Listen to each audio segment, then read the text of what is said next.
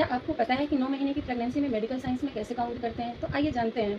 ये तो सभी जानते हैं कि प्रेगनेंसी 9 मंथ की होती है, यानी 40 हफ्ते की। इन 40 हफ्ते की प्रेगनेंसी को आइए जानते हैं कितने पार्ट में डिवाइड किया गया है। तो मेडिकल साइंस में 9 मंथ की प्रेगनेंसी को 3 पार्ट में डिवाइड किया गया है, यानी 3-3 महीने के 3 पार्ट डिवाइड किए गए हैं। First trimester, second trimester and third trimester.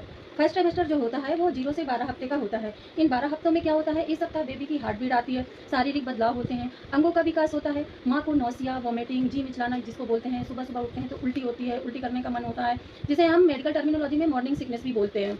आलस आता है, भूख नहीं लगती, खाना खाने का बिल्कुल मन नहीं करता, घर में सभी बोलेंगे ये खा लो वो खा लो, उसका कुछ भी खाने का मन नहीं करेगा। ये लक्षण है फर्स्ट ट्राइमेस्टर ऑफ प्रेगनेंसी का। इसमें ऐसा ना समझे कि वो ऐसा बस बच्चा आया पेट में और इनके नाटक चालू हो गए, ऐसा नहीं है, ये सिम्टम ही है। फर्स्ट ट्राइमेस्टर में ऐसे सिम्टम आते ही हैं। मूड चेंजेस इसी को बोले गया है, मूड चेंजेस सबसे ज़्यादा होता है फर्स्ट ट्राइमेस्टर में, यानी 0 से 12 हफ्ते में। इस फर्स्ट ट्राइमेस्टर में ये सारी चीज़ें कॉमन है। दूसरा आता है सेकंड ट्राइमेस्टर की बात करते हैं। सेकंड ट्राइमेस्टर जो होता है वो 14 से 26 हफ्ते का होता है। इसमें इसे हम गोल्डन पीरियड या हनीमून पीरियड भी बोलते हैं। इस पीरियड में क्या होता है, इसमें बच्चों के ऑर्गन्स डेवलप होते हैं, जैसे कि आइज, ईयर, लिप्स, हाथ, पैर, फिंगर, ऐसे बहुत बेबी के जो होते हैं अंग डेवलप होते हैं, छोटे छोटे अंग आते हैं। और जैसे कि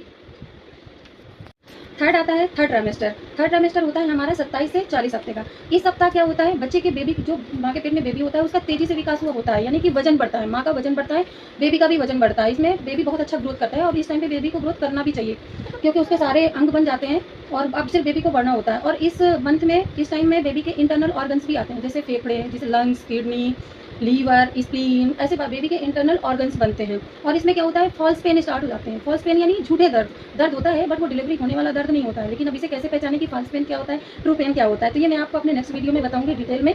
दूसरा होता है बैक पेन, नींद नहीं आना, घबराहट होना, बेचैनी, जरा सा खाना खा लेने में बहुत भारीपन महसूस होना, बार बार यूरिन जाना, बार बार पेशाब आना। बहुत से पेशेंट की तो यूरिन खांसते या छींकते समय छूट भी जाती है, तो ये कॉमन है, घबराए नहीं कि ये क्या हो रहा है।